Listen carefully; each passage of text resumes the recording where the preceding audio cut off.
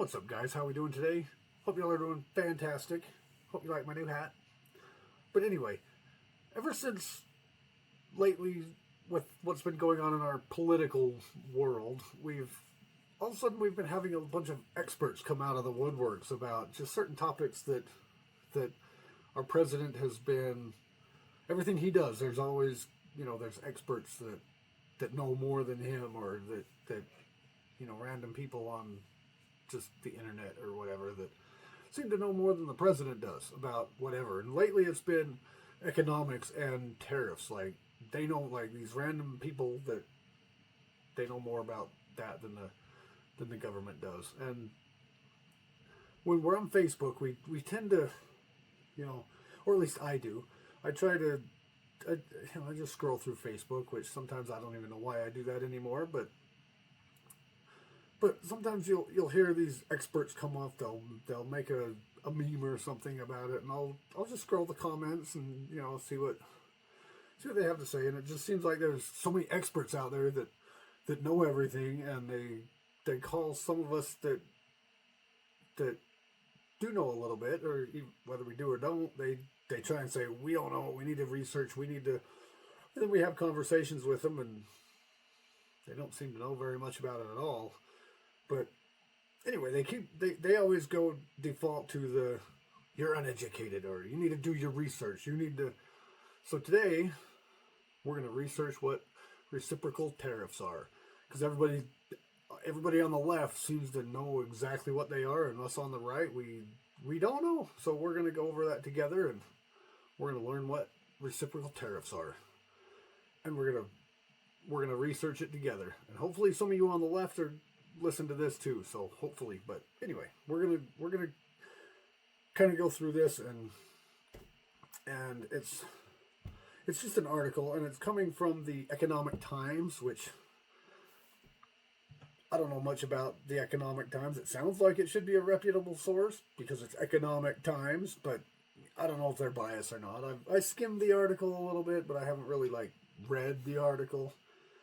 But it's basically, what is reciprocal tariffs? That's basically what the article is. And it's from the Economic Times. It's fairly new because it did mention some of what Trump's trying to do with his tariff. So it is a fairly new article. But we're just going to kind of get right into it. Like I said, Economic Times. More than welcome to go look this up and read it yourself if you'd like. But if not, that's what I'm doing here today for you. So we're going to kind of research what reciprocal tariffs are. Some of you may know what they are anyway. I kind of have a good idea, but apparently some people think that we don't. So we're going to learn it. Anyway, enough of that. What is reciprocal tariffs? Reciprocal tariff definition. A reciprocal tariff is a tax or trade restriction that one country places on another in response to similar actions taken by that country. The idea behind reciprocal tariffs is to create a balance in trade between nations.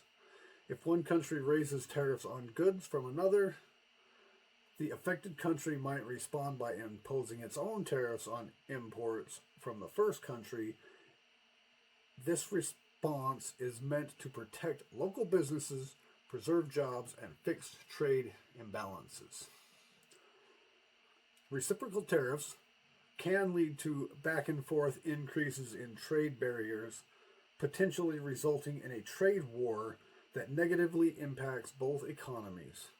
Such situations can disrupt supply chains, raise prices for consumers, slow down economic growth.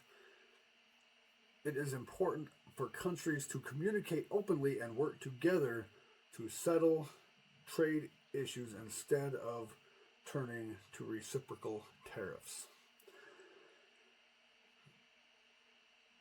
So according to this, it kind of sounds like they get it, but sometimes it's if you're just raising tariffs, eventually that could affect an economy. It could affect both economies, and it could result in a trade war. But from what I gather, Trump is just doing it more for negotiation purposes, not to cause any kind of trade wars. It's just so that these countries will come to the table and negotiate with him. He doesn't necessarily want to do the tariffs. He wants to just negotiate better deals. That's what he's trying to do. But let's read on. Reciprocal tariff key points. Reciprocal tariffs refer to the practice of imposing tariffs on imports from other countries at a rate that matches the tariff those countries impose on imports from the country imposing the reciprocal tariff. Key points regarding reciprocal tariffs include balancing trade relationships. Reciprocal tariffs aim to promote fair trade practices by ensuring that countries do not face unfair advantages or disadvantages in terms of tariffs applied to their goods in different markets. So it's kind of to, make them a little bit more fair, But there is that case where they don't necessarily have to be a one-to-one reciprocal tariff. You can do, because some countries don't have the money. They can't afford to pay as much tariffs, and they can't afford to lower their tariff price. Because some of these smaller third world countries, if you will, they're not as big. They don't have quite the amount of revenue. So they may not be able to afford to pay. So you've got to keep your reciprocal within reason. Some countries like China, we should be one-to-one at minimum with them. We should be one-to-one with Russia at minimum. We should the rich countries we should be one-to-one with at minimum. But some of the smaller countries, they don't necessarily have to be a one-to-one reciprocal tariff. They can be still, you're going to raise yours, we're going to raise ours. You're going to raise yours, we're going to raise ours. But even at that, it doesn't necessarily mean you have to just keep raising them, because that can be detrimental to an economy, at least to some degree. Negotiation tools. Reciprocal tariffs can be used as negotiating tools in trade disputes or incentivize other countries to reduce or eliminate tariffs on countries' exports. See, that's what Trump's trying to do. He's trying to negotiate. He's trying to, we're going to impose these tariffs. So basically, you're either going to come to the table and negotiate, or you're going to pay our tariff. It's pretty simple. Either negotiate with us and let's negotiate some better deals, or pay our tariff. Simple as that. Impacts on domestic industries. Reciprocal tariffs can provide protection to domestic industries by making import goods less competitive in local markets. Basically, buy local. The way I see it is if you buy local, buy American-made stuff, our money stays here. It's not going overseas, because once it goes overseas, it's gone. We're buying all these Chinese goods. The end result is our money's going to China. And once that money goes to China, it don't come back. I mean, it may come back eventually, and the physical paper money might, but it's at a cost. They're not just gonna, this money's American dollars, it's yours. They're not just gonna hand it over. So we want to protect our jobs, our industry. We want to be able to keep that money in our country. International relations. The imposition of reciprocal tariffs can strain diplomatic relations between countries, potentially leading to trade wars or retaliatory measures. Kind of seeing that a little bit as Trump's starting to impose his tariffs. There are some countries that are trying to raise theirs to kind of, but most of them are doing it for spite. They're either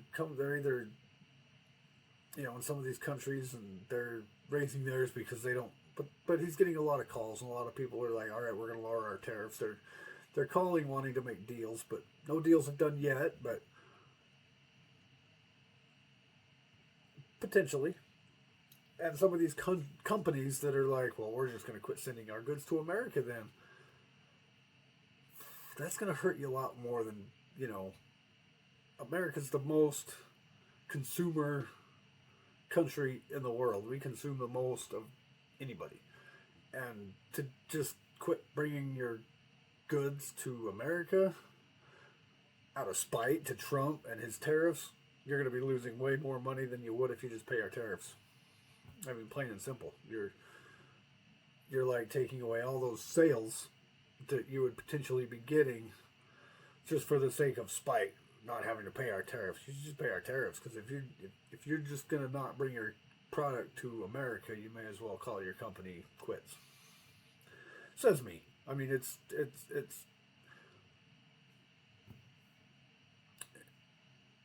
like turning down your biggest customer. It's like pissing off your biggest customer. It never comes back. That's a lot of money you're losing if you could just, but it could potentially cause trade wars and, but a lot of it's, with this particular instance, I think most of it's out of spite. Effects on consumers. Reciprocal tariffs can lead to increased prices for certain imported goods, which can impact consumers by reducing choices or leading to higher costs. I had a conversation with somebody else the other day about that, and it's like, what's better for an economy though? More jobs, protecting our jobs, keeping our jobs here at reasonably decent pay, or a bunch of cheap goods? I mean, what's better for an economy? Cheap goods or jobs? If there's no jobs, cheap goods don't matter, because nobody's going to be able to afford cheap goods. But I get it. He had some good points. He's like, well, nobody wants to work those jobs. You want to bring back these production jobs, but nobody wants to work them. And that's true. Our younger generations are lazy. They don't want to do nothing. They don't want to work. They don't want those jobs. But if they quit giving them free bull crap, maybe it'll kind of force them to get jobs. But right now they don't have to, because the government takes care of them. They give them everything. They give them food stamps. They pay for their housing. They give them cash. They give them, the government just hands over stuff, so they feel like they don't have to work. And so they don't. But if they quit doing that, they would kind of be forced to join the workforce, and so it kind of goes both ways. Nobody wants to work those production line jobs, but, and he was trying to say that it was that their minimum wage jobs are cheap. They're nobody wants to work that. You're overworked and underpaid. Production line jobs like that, it's not really hard work. I mean, I won't say it's not hard work. It's still work. Work is work, but to say it's too physically demanding and low paid, most of those jobs are labor union jobs. And if there's one thing that union aren't, it's underpaid. I mean, no offense to any of you union people, but you're not like way underpaid. You're not overpaid. I'm not going to argue with you there. You're not overpaid.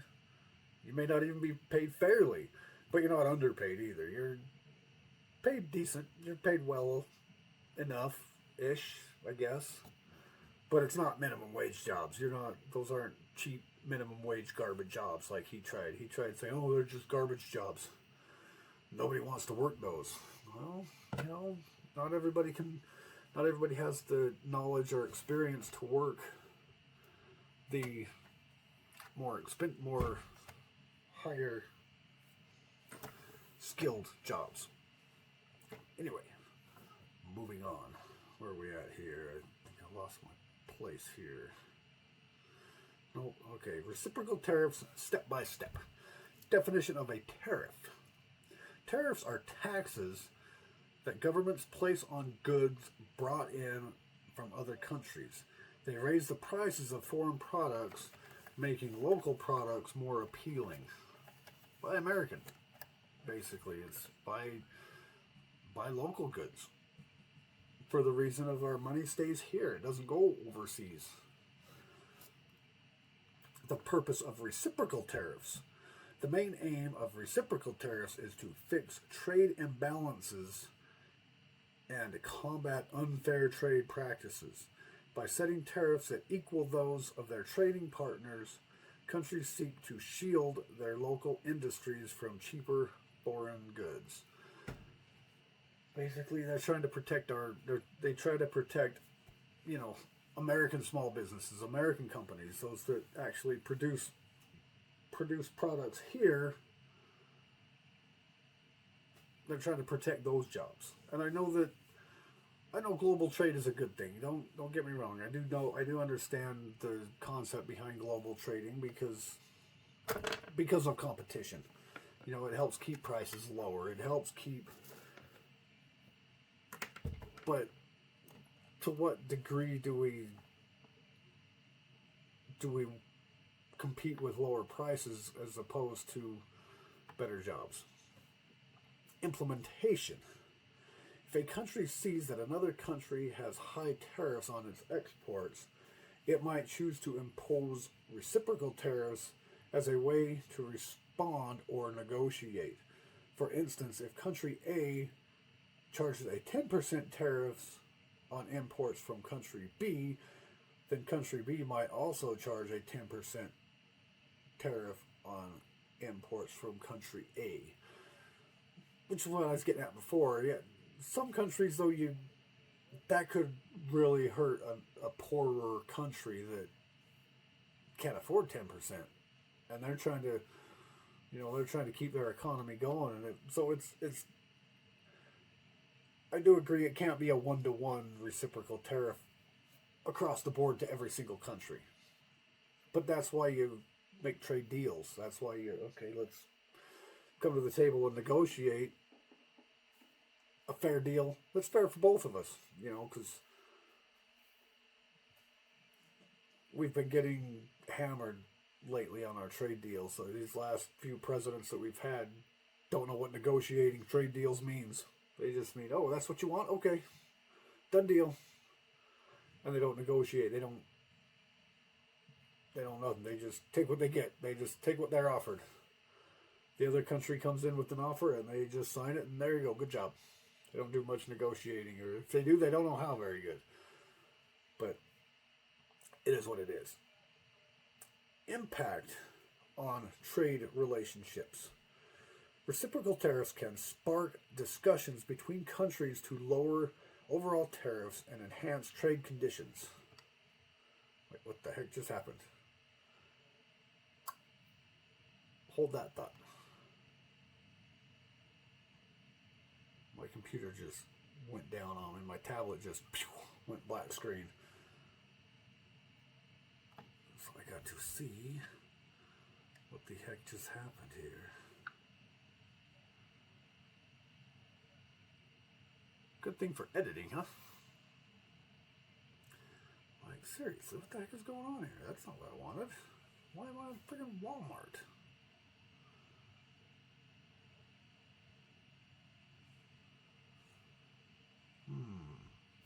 Hang on just a second. Alright, I don't know what that was all about, but where were we at here? Economic implications. While reciprocal tariffs can help local industries in the short run, they might cause higher prices for consumers and fewer options in the market.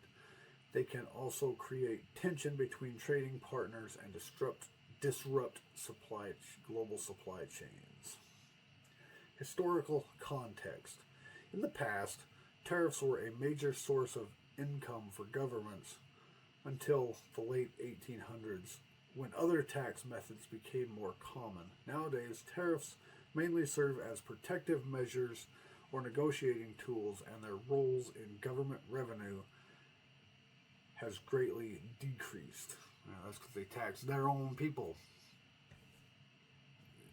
I mean, let's just tax our people instead of other countries that are bringing their cheap goods into our country. Let's just tax these guys. Just tax, because we get taxed so much it's not even funny. That's why our tariffs are so low, because we don't need them, because they tax us. They tax us when we make money.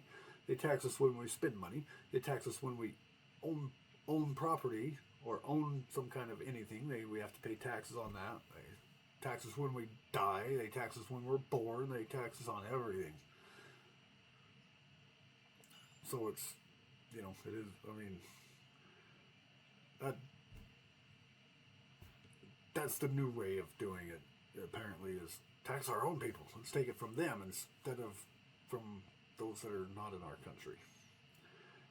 In the past, tariffs were a major source of income for governments. I already read that.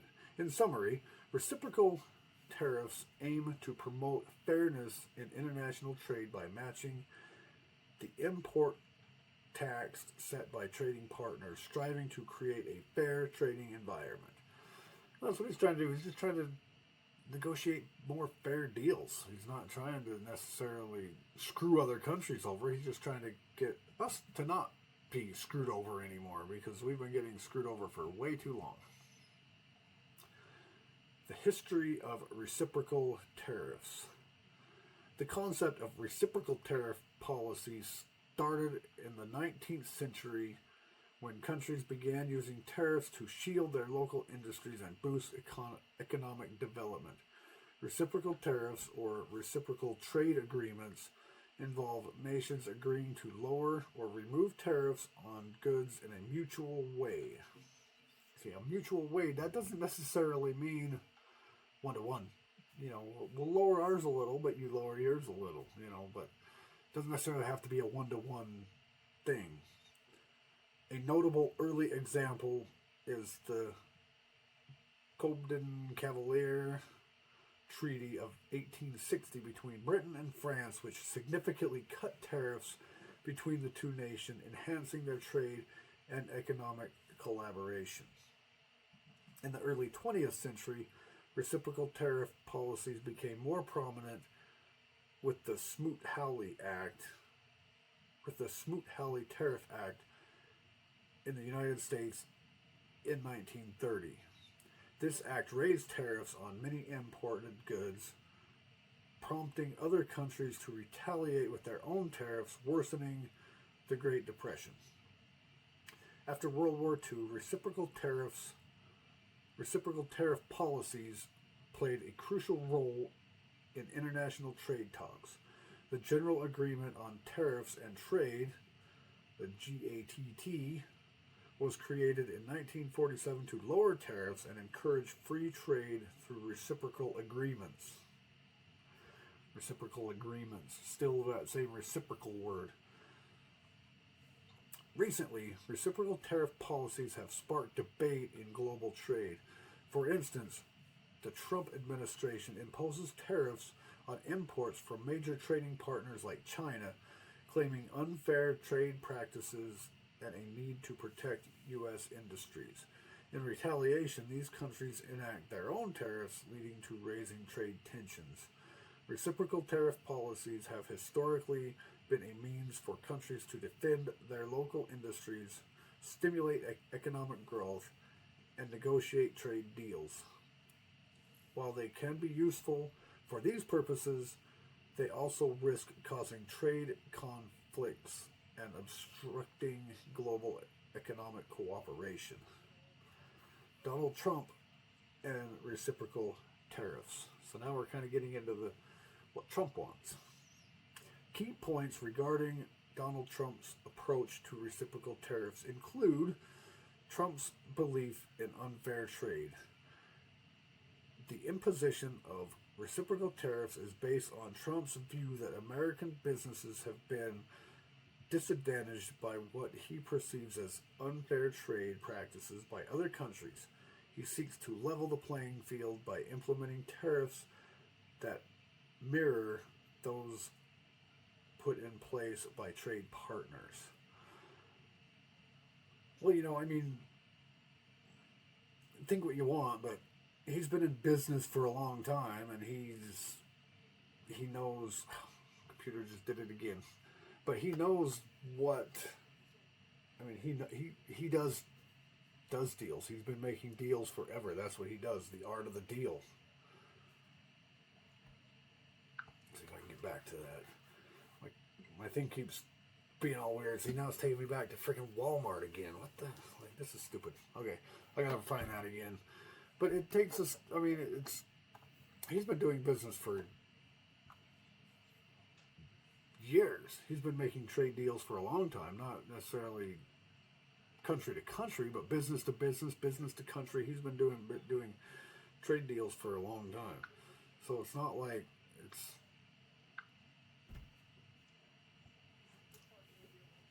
And he knows if somebody was gonna if any of our president would know the economy, I think it would be Donald Trump over any other president that we've had, simply because he's a business guy. He's been a businessman for a long time. So it's like, why would we, he may not know everything about trades, but I mean, you're talking about just random people on Facebook knowing more than he does. I doubt that. Highly doubt that. Protection of domestic industries. Reciprocal tariffs are seen as a way to protect domestic industries from foreign competition that may benefit from lower production costs or government subsidies. By imposing similar tariffs on imported goods, Trump aims to support American industries and encouraging domestic production. Negotiating strategies. Reciprocal tariffs are often used as negotiating tactics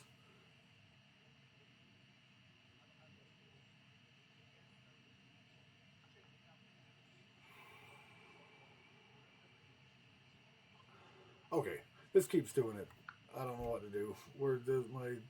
My tablet keeps screwing me up. It's going into some security, something. I don't know. It's being dumb. See if I can get through this real quick. There's not a whole lot left.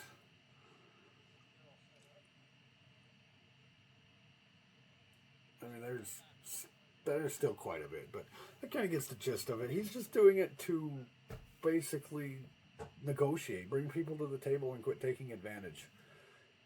And if people, like I said, I don't know everything about tariffs. I learned some stuff about tariffs here, but for just random nobodies on Facebook to come in and try and say that they know more about, or claim or act as though they know more about the economy than a billionaire that has been doing business his whole life, pretty much, that knows that I would say he's probably smarter than 99% of you people on Facebook. Just put it to you like that. If you were that smart, you would probably be where he is and not the other way around. So, but anyway, I mean, my tablet's acting up. It keeps screwing up on me. So I'm going to end it here. It's kind of what tariffs are, and that's, he's just doing it for negotiation purposes. He's not necessarily only that. I mean, he's trying to quit getting taken advantage of, or we've been getting taken advantage of for decades, and now all of a sudden he comes in and tries to fix it. Now he's the evil one for trying to fix it. I mean, it makes very little sense, but but anyway, the video's getting a little long, and my tablet keeps screwing up. I can't even get through a full paragraph, full section of this article, but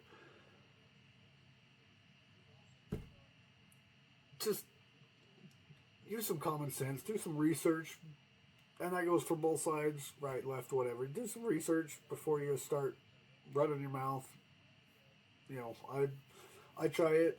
I try to research as much as I can before I go into any kind of conversation, so I don't look like an idiot. But do that. I mean, it is what it is. But anyway, that's the show for today. Appreciate y'all. Do the YouTube stuff. There's links below to support the channel. I've got other channels you can look at and subscribe to if you feel like it. There's links to whatever links I got. There's links down there if you want to check them out and do the stuff and be prepared, be vigilant. You know, the world's getting crazy. You know, we're getting into some very tough times. Stay strapped. You know, things are happening. Stay aware. You know, have situational awareness. Do your diligence. You know, stay aware. You know, have situational awareness.